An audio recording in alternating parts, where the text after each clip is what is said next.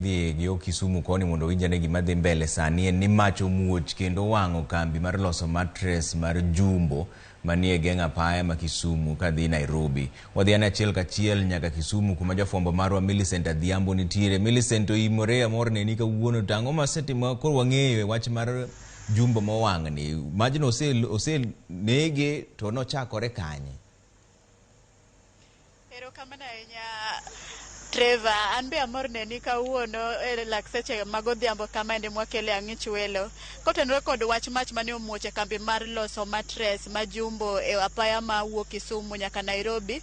En mach mane omuoch sa 11:10 kendo kambi ochung'ne kedo ne masiche mapoya nok onyalo chopo e wang' sa mondo mi ores kata oneg mach makamanyo. Kane waloso kod weg kambi ni endi ne ginyisowa ni jogo no nyalo chopo dakika 25 bang'e kane majno osemuok. To seche mane gichopo giyudo ka kuonde kano mattresses 2 osewang' modhi piny. Mano kuonde ma idendo gi dho ngere ni block yards, ma bende mattress ikele ka osewuok e okang' mokwongo mar lose, ma bende ji ong'e ka manufacturing stage, kama gibire to gibedo kaka blocks kapok opog gi sanja tiende ni sizes bende ji nyiewo ni an adwaro mattress size 4x6 ama 3x6 kosa 6x6.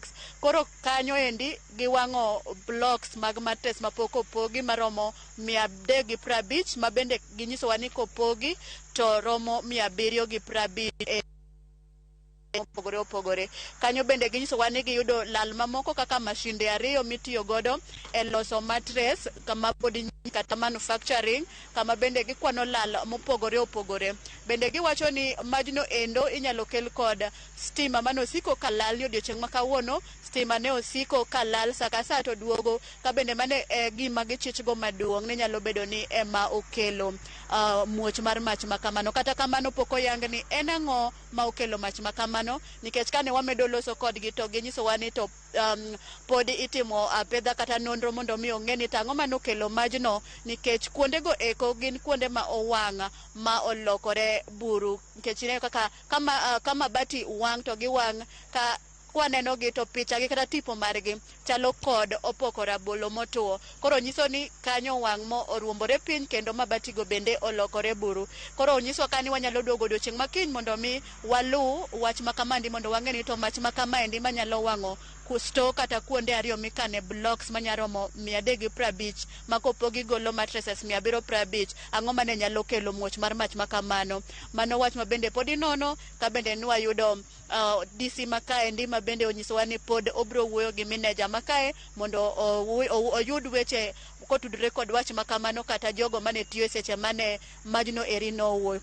Ka oyonge gi penjo moro amora Trevor, to gie thuolo ni ende abro weyi mondo idhi nyime kod medo kelo weche ma bende tucho gi lak seche gi mag ang'ich welo. Trevor, mano be penjo madwa penji ni dipo ni nitiere joma nohinyore e majni, nikech sa 11:10 dong' ji pok owuok e tich, dipo nitiere joma ne ni kambi? Yes, erokamano Trevor. Jok mane ohinyore to onge, en mana ni lal magiyudo en mana mag mwandu gi masewacho kaka mashinde gi blocks mag mattresses go eko. E seche mane majno wuok, oganda go ne onge kar kanyo. Jok mamoko ne nitiere mana kuonde ma itime manufacturing kata kumilose mattress manyien kapok oter e store kata e block yards go eko. Onge ng'at mohinyore kata achiel. Erokamano Millicent.